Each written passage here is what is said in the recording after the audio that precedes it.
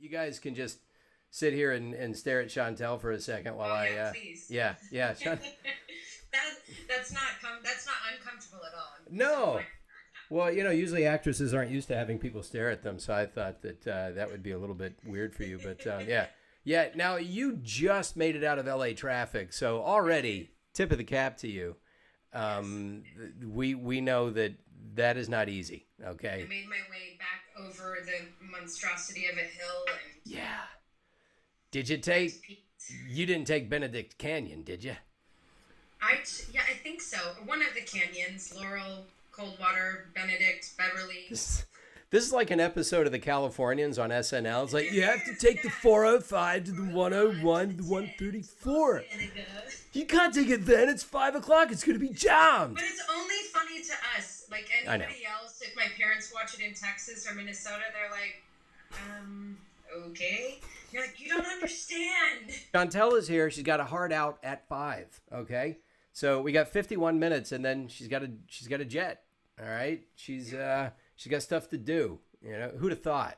But anyway, yeah. I actually have one of my best friends' 5-year-old's birthday parties. Really? To me is really important.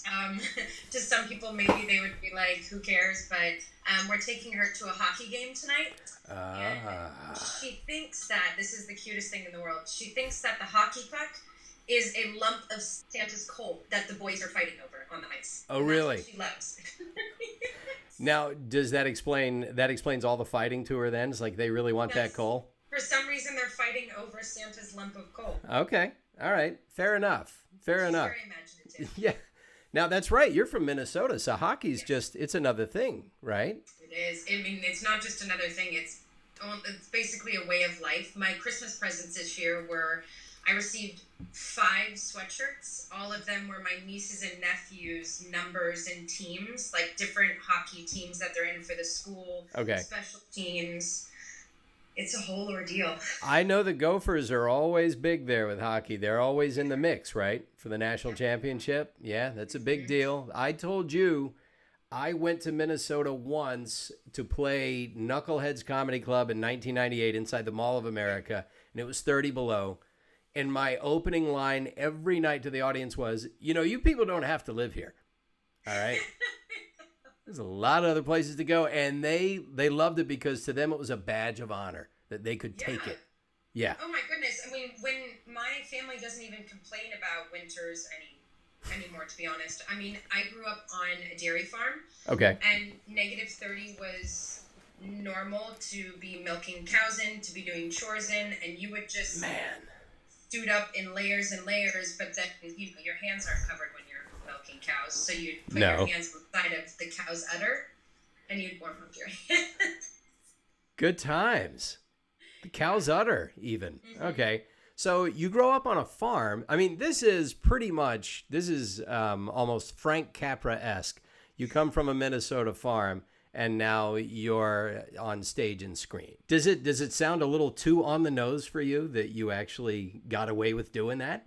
Like, I can't believe it. No, I mean, it's crazy because I still feel as though my story is unique in a sense where I didn't grow up dreaming of this job, because really? I grew up on a farm with practical jobs and parents who were entrepreneurs.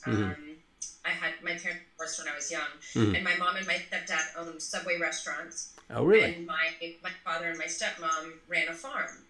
So I was never exposed. We didn't have a TV at the farmhouse. I think maybe my parents did in their room, but we were always outside. We were imagining we had forts. I don't know. It wasn't on my radar or understanding that it was a career choice, especially not even in college. It was just a hobby. Right. Something that I did that I enjoyed while I was going to college. And I feel as though I still wake up and I think, how in the fuck is this my job? What? This is kind of nuts that I really love what I do. And, to people who aren't in the industry, they think it's crazy and amazing. And, they see the end product, but, What goes into it is a lot of hard work and a lot of rejection and a lot of no's. Mm-hmm. And a lot of picking yourself up by your bootstraps and still believing that, the job will come, the next one will come. And yeah. Yeah. My wife and I were talking about this today. My son is 8 and he's a voice actor too. Because from the cradle, I would take him into the office with me when I would audition there, and I'd let him sit in my arms as I would read sometimes. And then we have a mic set up at home, and he wanted to get into it. He always wanted to do it. And I thought, this is exactly the opposite of my upbringing because I was raised in the Deep South. I'm the only person in my family that's in show business, that had any aspirations of show business. And my children, on the other hand, are growing up with as much of an in as I can possibly give them. But my son had a job yesterday, and I was there with them to make sure that I said, look, I know you're only 8, but they're paying you. So you have to be a professional. And I'm already telling him, you have to go through so much hearing the word no. It's navigating the no's, truly. And my parents don't do this either, obviously. And my mom used to be like, I don't know how you do it. You'll go on 37 job interviews, and you'll hear no. Like in the real world, people would give up after 8. Yeah. And for us, it's a numbers game, and it's navigating no's, and it's getting other jobs in between that keep you afloat, and just being grateful when you get the jobs that you're doing what you love. Yeah. It's expectations too. Your expectations are, I could hit it out of the park and they may choose somebody who's an inch taller, because they're just looking for something and you're it or you're not it. Now you might change their calculus by the way you conduct yourself in the interview, but it's an audition. And you might be able to turn it around, but have you ever had a situation where you thought there's no way I'm getting this? And they tell you later, you were exactly what we wanted? So many times. The job I have right now, I'm shooting a show for Apple TV called For All Mankind. And we're doing season 2 right now. Season 1, I was coming off of a show that I had been doing for 3 years called Shooter. Okay. And it was my first audition back, like, in the world of acting. And I'm not going to lie, I have massive, real anxiety. Okay. And the night before they sent me the audition, and there was a 3-page monologue. I said, no, I'm not going to go in on my first audition back into the world and F this up. Like, I'm not going to do it for a huge casting director job. So I'll put it on tape the next morning. So I put it on tape, felt really solid about the tape. They called, they said, we want you to come in and meet with the director and executive producers. Mm-hmm. I was like, ugh, fine. So I, am pitting out the dress I'm wearing and like a nervous mess and comparing myself to every girl in the room and talking myself way down and just all the wonderful things I do. Catastrophizing. Yeah. And I went into the room and let's just say it was disastrous because it's a drama, but I was told to play it like a comedy and handed a cup of highlighters to do something with for the audition. And I had no fucking idea what? I thought you guys liked the tape. That's what I should be doing. Right. And I left and I said, I'm not doing this anymore. I can't. I feel so jarred that I had this idea, I did this great tape I believed in, and I went in and just put me on my head. Like, I just don't feel like I know what I'm doing anymore. Right. So I went to the Natural History Museum because I love science and I'm a total weirdo and it's my happy place. And hilarious, and this is true life story, I was standing underneath the space shuttle. Okay. That resides in Los Angeles. Mm-hmm. And I got a phone call from my manager who said, I'm never going to fucking believe anything you say ever again. And I was like, sorry, excuse me? And he's like, yeah, you said you had a bad audition. You literally are being offered the job 1 hour after walking out of that room. And I was like, how? How is that? Like, if they want to hire that girl, she's not a good actress. What are you talking Yeah. You know, and I still, you know, some days there's so many jobs that I just thought I bombed it. I didn't even know, I couldn't remember the lines, and I leave and they're like, you know, may not have been the greatest audition, but we saw something, or we felt like you were right for the part, or I don't know, maybe I just got lucky. Hey, you know what? Every time, it's like in sports when somebody says, we got bad calls. Like, you know what? Over the course of a season, all the calls even out. All right. Sometimes, look, I just got a booking today. You know, knock on wood, I'm always happy when I get a booking. My agent emails me and says, you're going to do this. And I said, okay, great. And then my next sentence was, I don't know how I got that thing. I didn't even think I was in the ballpark. It was a voice match. And I'm a pretty good mimic. It's a lot of what I do is mimicry. And I said, there's no way I'm getting this. There's just no way I'm getting this. And I get the email. Yeah, they're just checking your avails. Yeah, you got it. I'm not just saying this because we're supposed to be talking about Apex, but I could say that because I've maybe done 40 auditions in voiceover, and it was just something that was like, I don't know, let's do it. Sounds fun. Yeah. You know, me and my sister do funny, silly, stupid voices, and I don't know, whatever. Yeah. And I remember, you know, you'll send in stuff you won't even hear a peep. Whatever, okay. Yeah, no, yeah, you just don't hear. And I remember they were like, oh, they want you to, I sit in my shoe closet and I like record my, I don't have a big fancy studio. You don't need one. You don't need one. I recorded it and sent it in, and, you know, they said they want you to go in. And hilariously, I was bright blonde at the time, and I wore like light pink, and, you know, I walk into this audition and they show me a picture of, you know, the mock-up for Wraith, and I was like, yeah. God. Like in my mind, because I'm used to acting, I'm like, I look nothing like this girl, and I'm like, it's voice acting. Yeah, it doesn't matter.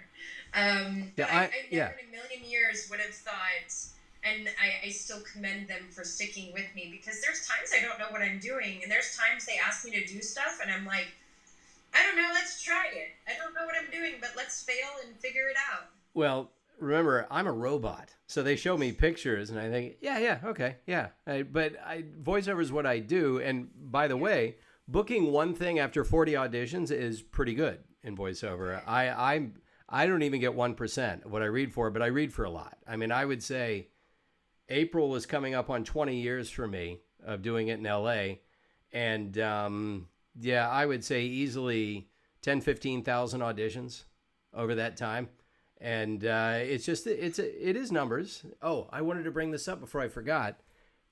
Cosmic coincidence, I think. But, all right. My character is Pathfinder. Your co-star, one of your co-stars in The Boys is Carl Urban, correct? Yeah. Okay. Let's see. You were also a guest on the Craig Ferguson talk show, yes. Correct? Okay. I have voice matched both of those actors. No way. Yes, Craig Ferguson for a cartoon based on How to Train Your Dragon. I was Gober because Craig didn't have the time to do it, right? So I was Gober. No way. And Carl Urban, I voice matched for a movie he did called Pathfinder. So how funny and full circle is that? Yeah, somehow inexplicable forces have drawn you to my nice little modest streamcast. So if you need me to talk like Craig to make you feel a bit more at home. Wait, you want to talk about nerve-wracking? That must have been. Out there, my manager said, do not say fuck and do not talk about penis. And literally, if you watch the interview, the first 2 minutes were cut out because Craig made a comment on my feet. And right. I was like, yeah, no, definitely I don't want a shot of my feet. I wear size 11. I have huge feet. And he's like, you know what that means? I was like, I have a big penis. Yeah. Why? Because I was nervous, and now I've said that, and then I literally turned and was like, fuck, I wasn't supposed to, oh my God. And it was like, it's okay, they'll just take it out, and that part won't air, let's try that again.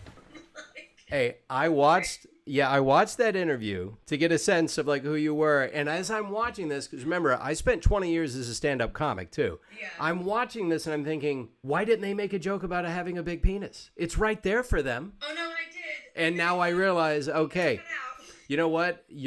My estimation of you has just doubled. Okay, like I knew you were funny from talking to you. Now I think you're twice as funny. So great. I mean, good for you. It just felt like, for some reason, I mean, the easiest funniest jokes in the world are penis and poop jokes. Of course they are. Everybody can relate.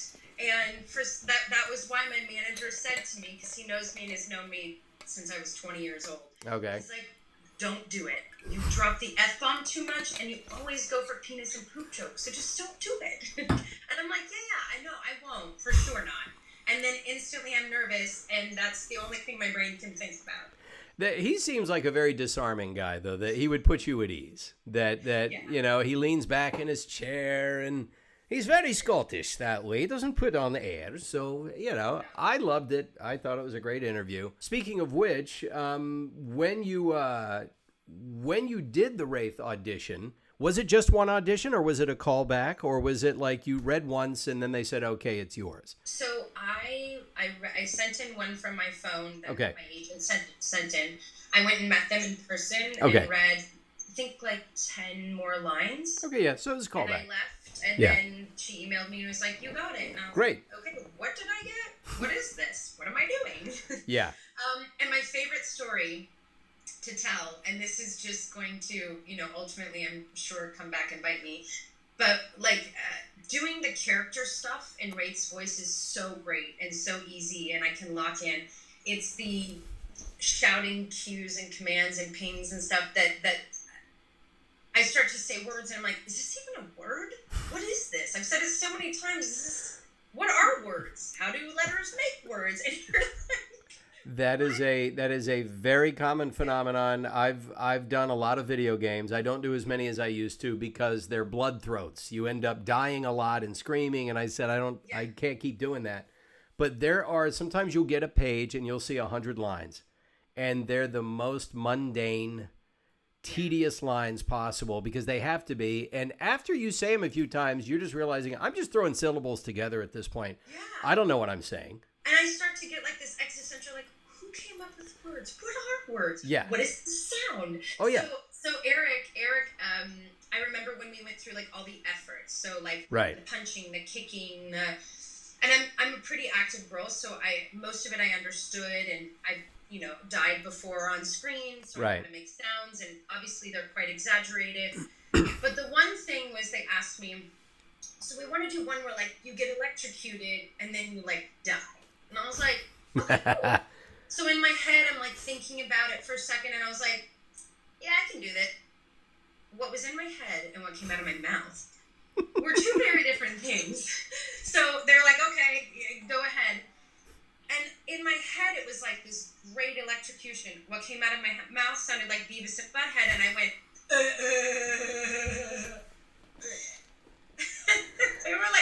they turned on the microphone, and everybody in the other room was bursting out laughing. Of course. I was like, am I fired? Because that was the worst thing I've ever done. No, we're going to use that for the Shetland pony death we have coming up later. It's worked out great. It was so, in those moments, I couldn't love them more for being patient and allowing me to fail and fall flat on my face. And I'm like, what was in here? What came? I don't know. Bear with me. Let's do this again. Oh, yeah. Well, it's also slightly different for you because you have, you've spent most of your career doing on camera. And you are aware of your body in a different way because you know that, all right, they're capturing this angle. The lighting is like this. It's mic'd this way, but I'll probably end up ADRing it. And so all these things come into a performance. Mainly what voice actors do and what you're doing is you've got this mic. That's it. All you have to do is not shuffle your feet or ruffle your clothing. They're going to take care of everything else. And you just have to worry about how it comes out. And the more you do it, the more what's in here will come out here. Yeah. And it'll be. That was like my second session, and I just thought, oh my God, I'm going to be fired up. No. They couldn't be more amazing. Yeah. And for me, the way that, I have to visualize it. So I make them, because I've never played the game. Sorry, guys. You've never even seen it played. You've never even seen it played, right? I take that back. I've seen it online because I wanted to understand some of the things. Right. Then I get really overwhelmed because I did not realize how complicated it was. I played Mario Kart and Plants vs. Zombies. Okay. And then I go and I was like, what is this game? So I make them describe stuff to me so that for me, if I can visualize things I'll say I'm trying to think of ones that I'm allowed to say. But like if something is incoming, I have to visually think of where I am in the game. So it helped me to kind of watch other people playing it, so I can see the world, or sniper spotted us. I have to think of like where I would kind of see that person, or if I'm yelling, I have to think of where my squad is or who I'm talking to. So for me, it's highly visual. So the more I think that I see it and understand it, the better I'll get. Well, here's what's funny. Speaking very broadly, when it comes to on-camera acting and stage acting, there's essentially two schools of thought, which is you pretend. It's a little more superficial. You just play pretend, or you really convince yourself you're in that situation. You put yourself through the emotional process of it. Both, to me, are equally valid because it's about whether or not it's a believable performance. Yeah. What you just described is you're organically trying to place yourself in that situation. I do almost none of that. For me, I become this little kid. Oh, there's a bomb coming to my head. There's a bomb coming to my head. I just do whatever I need to do. Mechanically, it works.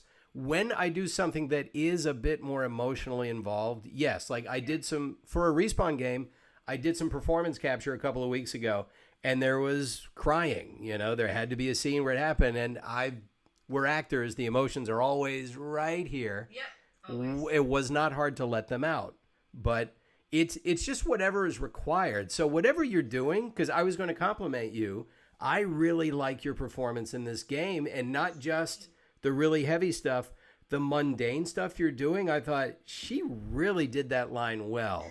Just something very simple. I thought that's a very good natural read. I really like that. So whatever it is you're doing, keep doing it. On camera,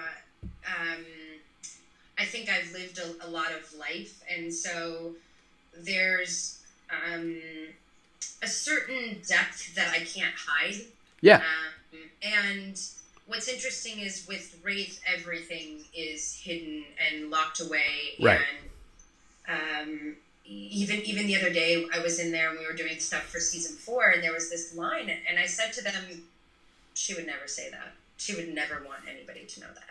Oh, really? And they were like, you're right, let's take it out. And I was like, it's just like never, that's a tiny thorn in her side, a bit of a weakness she wouldn't want to show unless we're going that way. But the Wraith I know is everything's extremely monotone, tough, covered up. And it was interesting to do like her origin story and to get to voice the tough Wraith and then the Wraith before she went through everything, and think about the differences in voices and the pitch tones, and just conveying emotion in a different Wraith versus the Wraith that locks everything away.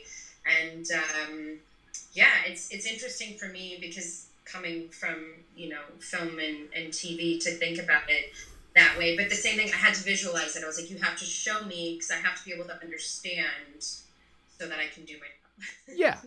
Well, that is the interesting thing about Wraith is obviously this is a character that has gone through quite a bit of trauma. Mm-hmm. Right. And so they chose me. Well, just kidding. I have none, of course. That's why I'm an actor. Of course. That's why we never like to open ourselves up to people in that way. But that's the thing is that I understand when somebody tells me they've gone through anxiety. I certainly know what that's like. I myself have no problem letting it out in the service of a character because I've found that I can bottle it back up or not even bottle it. I know how to manage that energy. But I went through, because we were talking about this, I didn't get a chance to share it, but about 15 years ago, I did cognitive behavioral therapy. Worked very well for me. That was what I did. My uncle's a psychologist. He said, I recommend this for you because you're having issues with anxiety. And I was in it for about 4 years. Generally, you don't do it for that long, but mine was sort of a systems overhaul. And the last couple of years, I was mainly checking in once a month. But it taught me a skill set. And, I work on it every day. But a lot of what you have revealed in an interview that I brought up was that your anxiety, things like that bother you, you found that mindfulness, being in the present moment, being gracious, being in a state of gratitude always helps. These are the exact things that I practice every morning when I start my day to be able to manage wherever that crazy mental energy, I hesitate to use the word crazy, I mean frenetic mental energy. It feels that way. It feels that way. Yeah, it's hard to harness it, but that skill set, and I didn't realize later that I had honed some of that through performing and acting. Taking that energy and bottling it, or just rather bottlenecking it towards one focus, one purpose. I was able to take some of that, repurpose it, and use it in my daily life. And having 2 kids, you use that. You better manage those emotions. Yes, very much so. But I was wondering then, with your experiences with anxiety, how do you channel that? How do you channel that energy? And then how do you give yourself access to it if you're going to authentically portray a character like Wraith or anyone you play on screen? Yeah. Like your character in The Boys has obviously gone through quite a bit, and I can't wait for season 2 to find out. Yeah. Yes. Okay. So back to your answer. I'm sorry I cut you off. It's an interesting process, self-discovery, Uh-huh. and I've been in therapy for almost 14 years. Okay. And I had like a complete and utter mental breakdown and couldn't see my way through. And I have amazing friends who are in therapy and God suggested a therapist, and she's always been my therapist. We work a lot with PTSD from extremely traumatic events that started when I was 5 years old and through life. And it was so hard for me when I did that interview because they would ask me questions, and I found myself, I got really lucky because I got to type the interview out. Yeah. And I found myself starting to write something honest and then stopping and being like, I can't say this. I need to like one of the questions, like, what's the first thing you do when you wake up in the morning? I'm like, go pee and feed my animals. And then I was like, well, I can't say that. Like, I have to be like, oh, I meditate. And I'm like, oh my gosh, the times I actually get to do that and start my day by saying 10 things I'm grateful for or meditating is like 3 times a month. Would I like it to be more? Am I working on it? Yes. But what's my truth? And even if my truth, and then I find myself judging my answer and being like, oh, I'm not funny or I'm not interesting. And I'm like, but that's not my purpose. My purpose is just to be as real and truthful and mundane or boring or whatever anybody else feels as I truly am. And the truth is, I would love to be more healed and whole and, pause and try to find gratitude in moments when things are really hard. And sometimes it happens and sometimes it doesn't.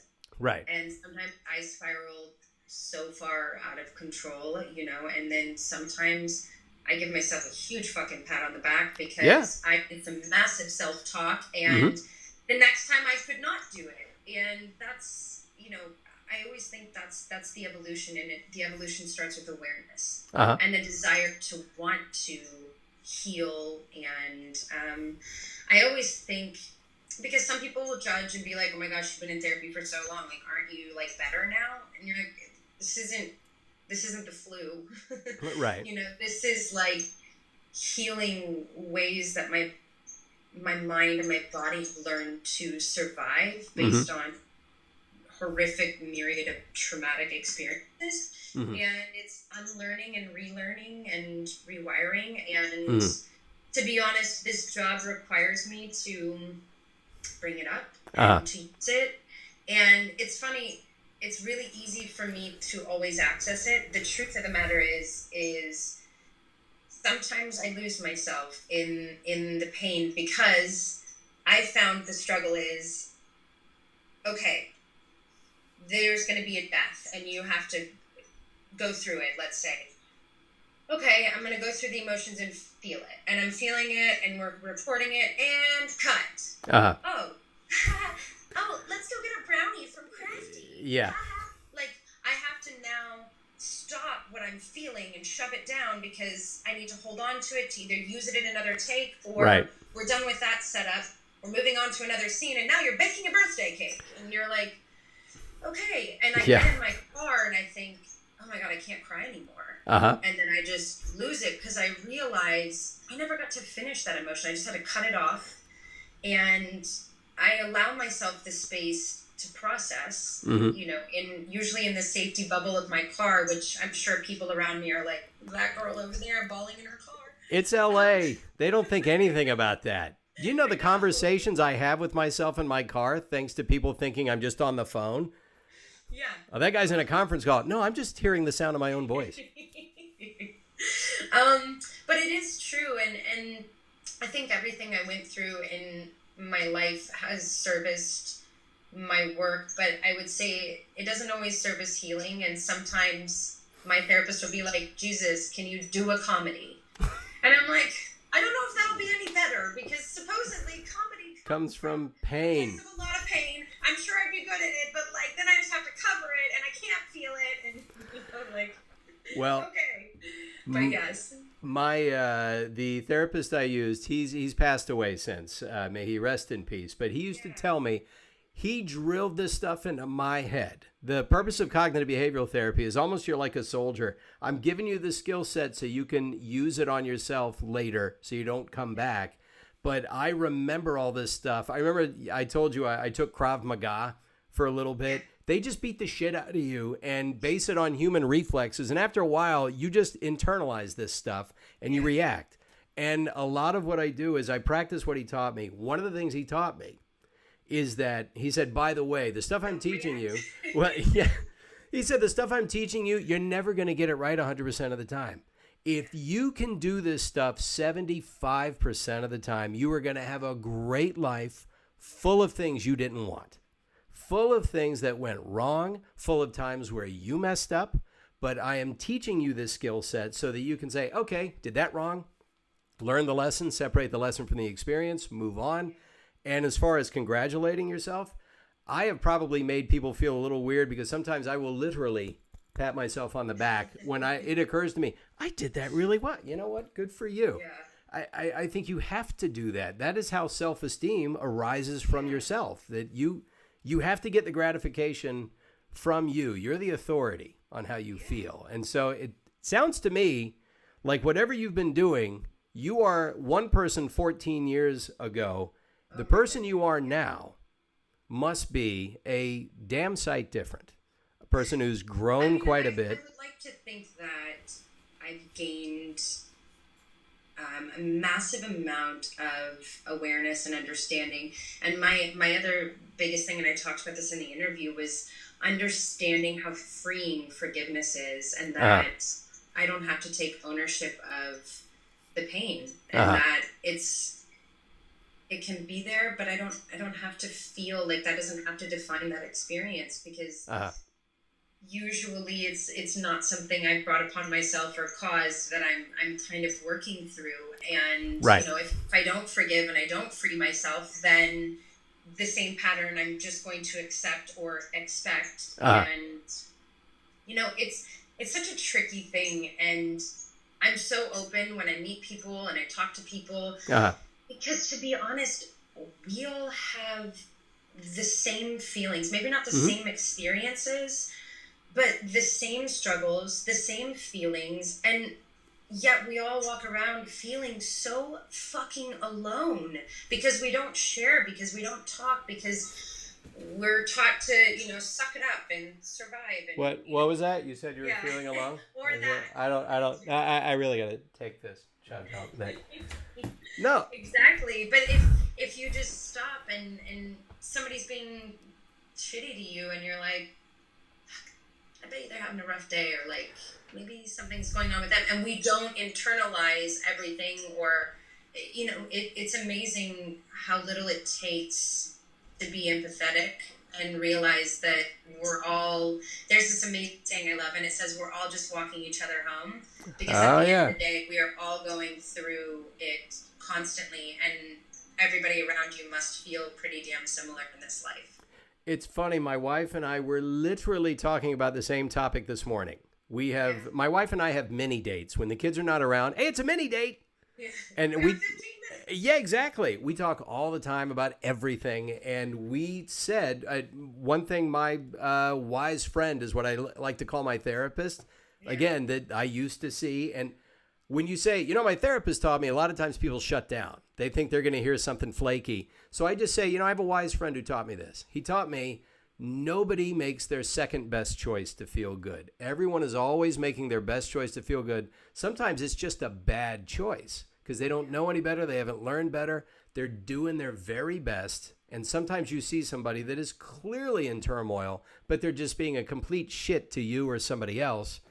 And it's hard to give yourself a minute and say, okay, I see where this is coming from. Yeah. I'm going to try not to judge. Or sometimes we're the shits. You know what I mean? Like sometimes we're the person that's like, yeah, did you not hear what I wanted to order? You know what I mean? Because we're hangry. And then you just realize that we're all human, and that would feel really crappy if somebody did that to me. So, there's just, again, it's that awareness. Yeah, absolutely. This is where it comes in handy. You play a character that is wounded, that is trying to heal, doing the best they can.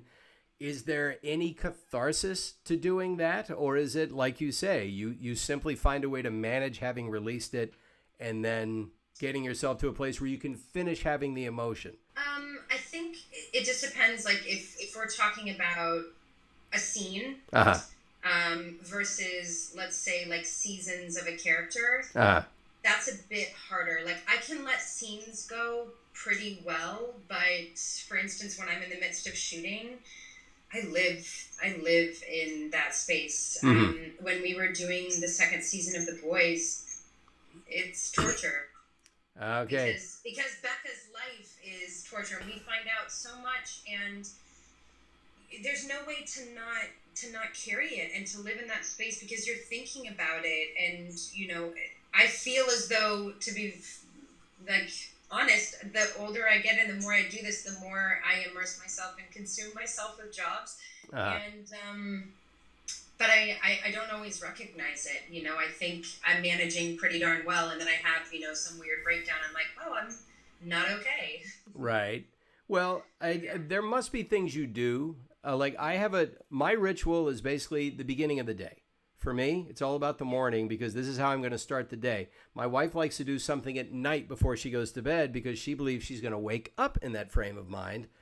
I don't know how I'm going to wake up. I just know that for the next 10 minutes, I have a 10-minute thing I do, 5 to 10 minutes, and that's how I start the day. Whatever happens after that, I've put it in my head. This is how I'm going to handle it. Whatever you're doing for you, it's working. Otherwise, you would have stopped doing it. Yeah, I think everybody finds their ways of processing through the work and allowing things to not affect them so negatively. But the job requires us to be our most vulnerable and honest and present self. One of the things I have found that when you're in yourself, when you're in your own thoughts for a bit, one good thing to do is to give to others, to get outside of your head, to be generous, sometimes it's just generous with your attention. But you have basically a real charitable cause that you like to go to bat for, correct?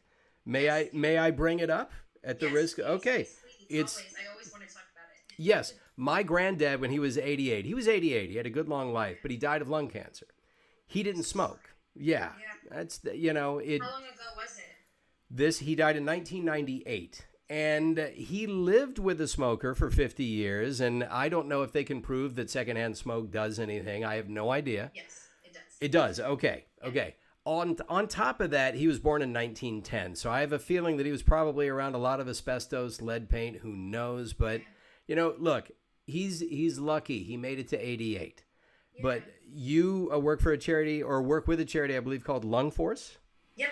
Okay. It's a division of the American Lung Association that they started a little over 5 years ago. And my grandmother was a non-smoker. Nobody in her family was a smoker, and she basically helped raise me. She was like my second mom. My mom had me young and divorced young, and we lived in a small town. So you're raised by your aunts and your grandparents and family. She was a really important human being to me, and when she was diagnosed, it was such a shock for me, for my whole family, because the association is what it is still now, which is the stigma of, well, was she a smoker? How did grandma get lung cancer? She never smoked a day in her life. Nobody around her smoked. So that's the only way. And we went through the 6-month battle, and I was there the day my grandma had her lung taken out. I was there the day she started chemo.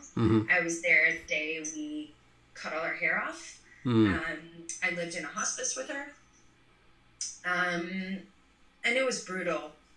It was a really tough road, and to not understand why was the hard, or what caused it was the hardest part. And not that I think that it would have somehow healed us, but it wasn't until she passed away that I found Lung Force, by the grace of what I think is my grandmother. My sister there was a job opening, and with the Lung Force office in Austin, and my whole family learned about it, and I started to educate myself.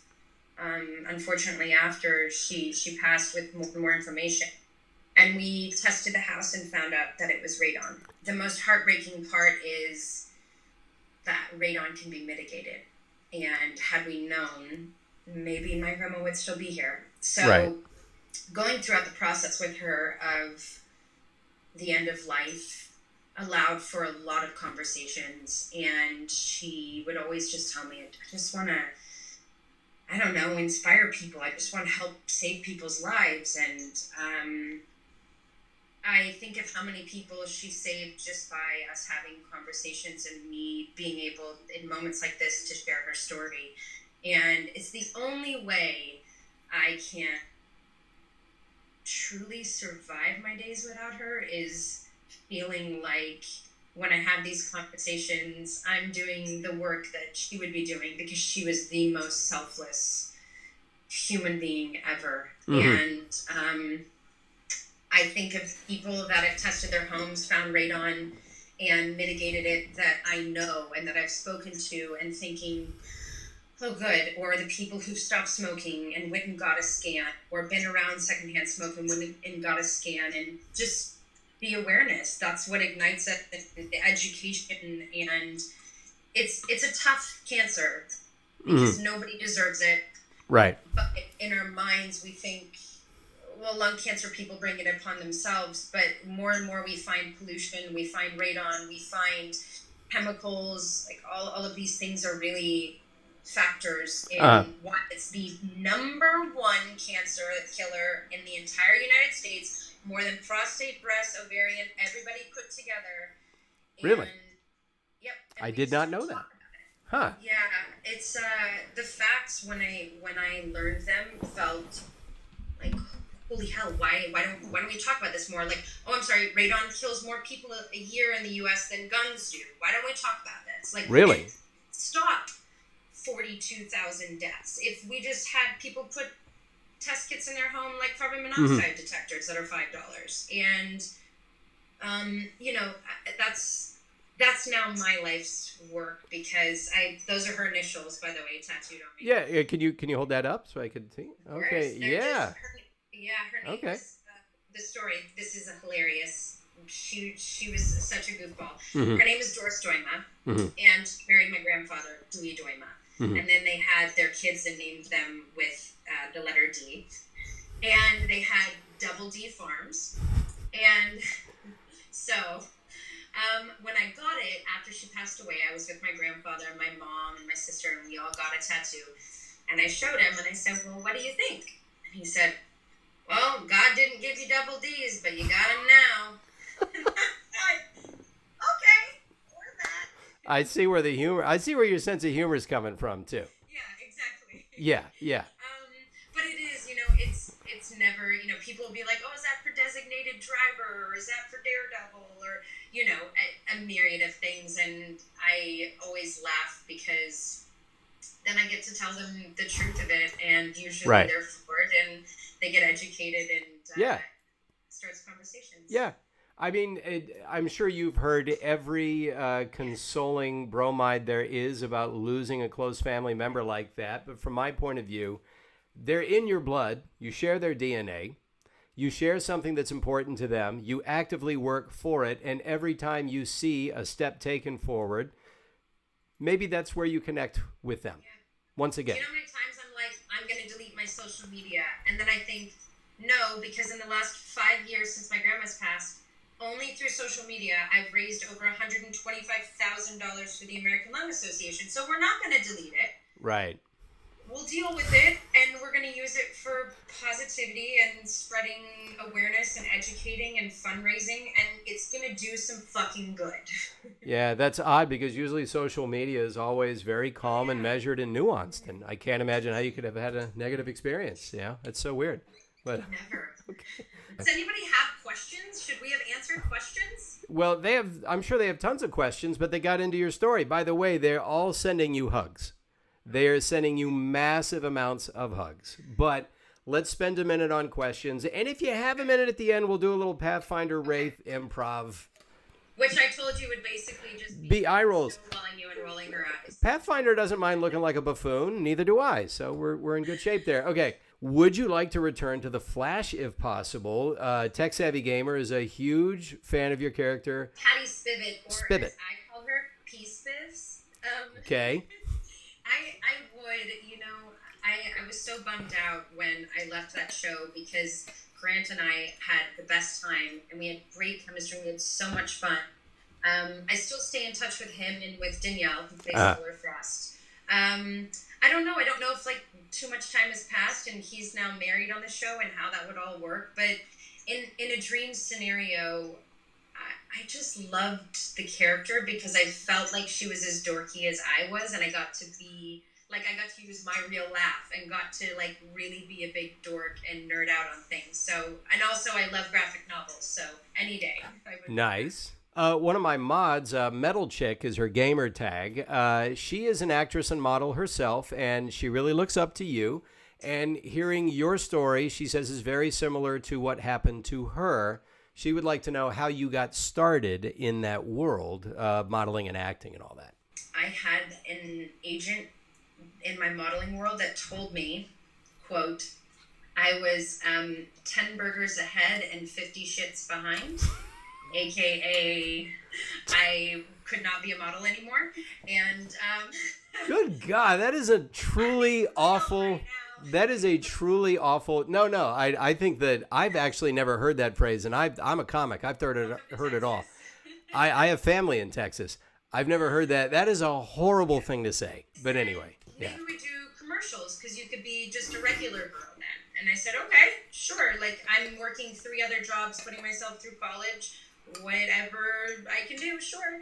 And I'd always done theater my entire life, and I started off doing commercials, and this was a very different world, 14 years ago, where I was actually being flown out to LA to test for shows. Okay. Nowadays, that stuff doesn't happen. Right. And I got flown out, and when I didn't get a show, my agent out here, who my Texas agent set me up with, was like, shit or get off the pot, come out for a pilot season. I was like, what's pilot season? He's like, basically it's a trust fall where nobody catches you, so come out and try it.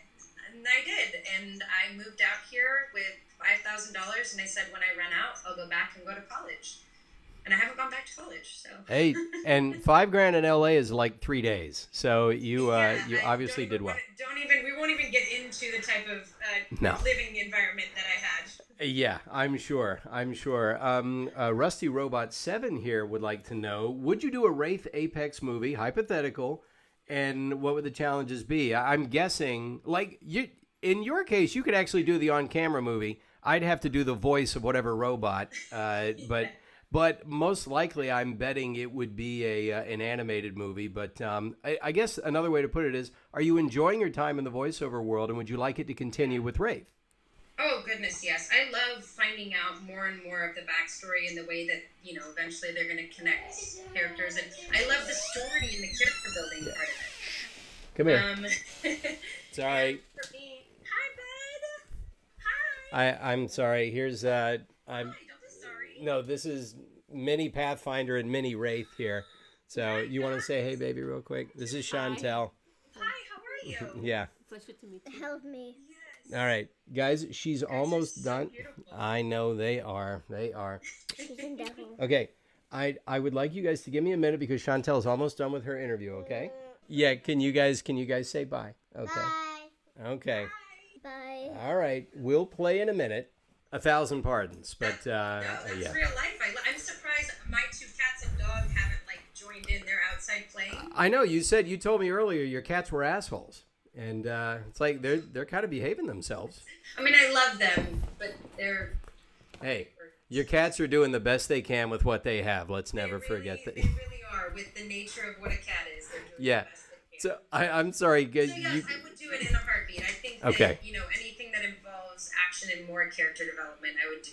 Gotcha. What are some of your hobbies and things you do to stay grounded and down to earth? Well, that's so good because I think that that's the most important Mhm. part of life. And truly, it's my family and the friends I have around me. Barely anybody is in the industry. And I feel as though I'm constantly looking for escapes into real life. I do road trips. I love camping. I escape and turn my phone off and go into the mountains outside of LA and pitch a tent and make campfires and sing. And on the days I can't do that, I go hiking because for me, nature is big time. Like I need to, being raised in Minnesota and Texas, I'm used to just being in a little bit of solitude and kind of coming back to myself as much as I can. And I truly think the people I have around me are real and they're grounded, and they all have kids that I'm around and real life problems that I can't complain about an audition because you kind of get slapped in the face with the reality of life more often than not. Well, there's a fair amount of glamour you get to enjoy. You get to go to premieres. You get to wear these dresses, these wonderful outfits, and you hate all of that. I walk the carpet, and my number one thing I do is anytime I have a red carpet to get me through, I go and eat Shake Shack after. Okay. Always. Always. So I go and I'm like, oh, I can't wait. Like, literally spend 2 hours doing hair and makeup and getting dressed. And then I walk the carpet and I'm like, going to Shake Shack. That's the only thing that gets me through. You know what? Now, I would wish this for you anyway. I hope one day you win either an Emmy or an Oscar so you can do what Patton Oswalt did. When he won his Emmy, he went to, I think it was either In-N-Out or he went to a burger place, sat there with his Emmy, and just ate this burger right out of the wrapper. And honestly, everybody in my life can attest to the fact that I always do it because, to be honest, I hate doing all the hair and makeup and feeling like I'm trying to look so beautiful to take a picture. I'm always going to judge and have not the most positive commentary because that's just not how I am. So I would rather, wear yoga pants and my workout hair bun and not care if people think I'm ugly because I'm not trying to be pretty. I'm just wanting myself. There you go. It's that acceptance. Yeah. It's a daily thing. You work on it every day. I'm working on it. You're working on it. We're working on it. It's different. Some days are hard, aren't they? Some days are easy. I'm thinking, well, I think I got this knocked. I think I don't have to work on myself anymore. I think I'm pretty much perfect. I thought that at 23. I literally remember having a thought at 23, like, I've learned everything I could learn in life. I've experienced it all. I think I'm good, and now I'll just live. That's what you're supposed to think, yeah. And I'm like, oh, just kidding. And I'm sure I'm going to turn 44 and feel the same way looking back. I can tell you at 23, I thought the exact same thing. Everything hit the wall for me at 34. It just went tits up, as a friend of mine likes to say. All of my flaws, every flawed piece of thinking, shoved back in my face by my own ruinous expectations, by life, everything. And boom, next thing you know, hey, I'm in cognitive behavioral therapy, straighten it all out. Yeah. But it worked. I got an early start on it, at least. At least it won't hit me in the face at 34. I am telling you right now, it is a great way for you to have started because you talked about rewiring. It is so much easier to rewire at 23 to start rewiring than it is at 34. You're undoing a lot more bullshit. So you get a big jump on me. Good. Good for you. You're going to be twice as happy as I am right now. All right. I can't wait. Here you go. This is... Oh, let's... Hey. What's up? Oh, look at any... They meow on cue. Is that Phil? It's Philippa, but I call her Phil. Phil, okay. I think Phil's a great name for a cat. Phil's like a cat with a comb over, you know. It's like, she's so grumpy. She's like her meows are like meow. The other one is like cute. Hers are grumpy. She's an asshole. But I love her. my cat the asshole. Okay. I'm gonna indulge you. I mean, this makes me a nervous wreck, but let's do it. Well, that's great. Use it. And Pathfinder has gotten stuck inside one of Wraith's portals. Okay. So I can see you mentally putting yourself in Wraith's spot. You don't even have to do anything but roll your eyes if you don't want to. I don't care. Say, Wraith, is it 2 lefts and a right, or is it a right and 2 lefts? I can't remember. Why don't you follow the voices in your head? Oh, that reminds me. Am I one of the voices in your head? Am I? Now you will be. Say, Wraith, I found your eyeliner. Or is that Mirage's? It's so hard to tell. I definitely don't wear eyeliner, though. Let's take a second. I feel like I haven't looked close enough because for a second I'm like, she doesn't wear eyeliner. Are you kidding? She probably does. She's goth. Say, Wraith, I like emo too, but there's a limit. I don't consider myself emotional. I don't have emotions. Neither do I, except happy. And I'm the opposite. Look at that. You still find a way to be glamorous when you're doing Wraith. You're hitting like these poses. I know, but in between I'm laughing, which in real life, when I'm in the booth, it's like my hands are on my hips and I'm in like really dark mode. Oh, I'll bet. I just laugh at myself right now because I'm like, this is, yeah. Oh, it's going to look great. It's going to look great. By the way, she refuses to see the actual Twitch stream because she doesn't care about how she looks. No, so, yeah, I know. Good for you. I don't want to see. Yeah. I'm like I said, I am the hardest person on myself.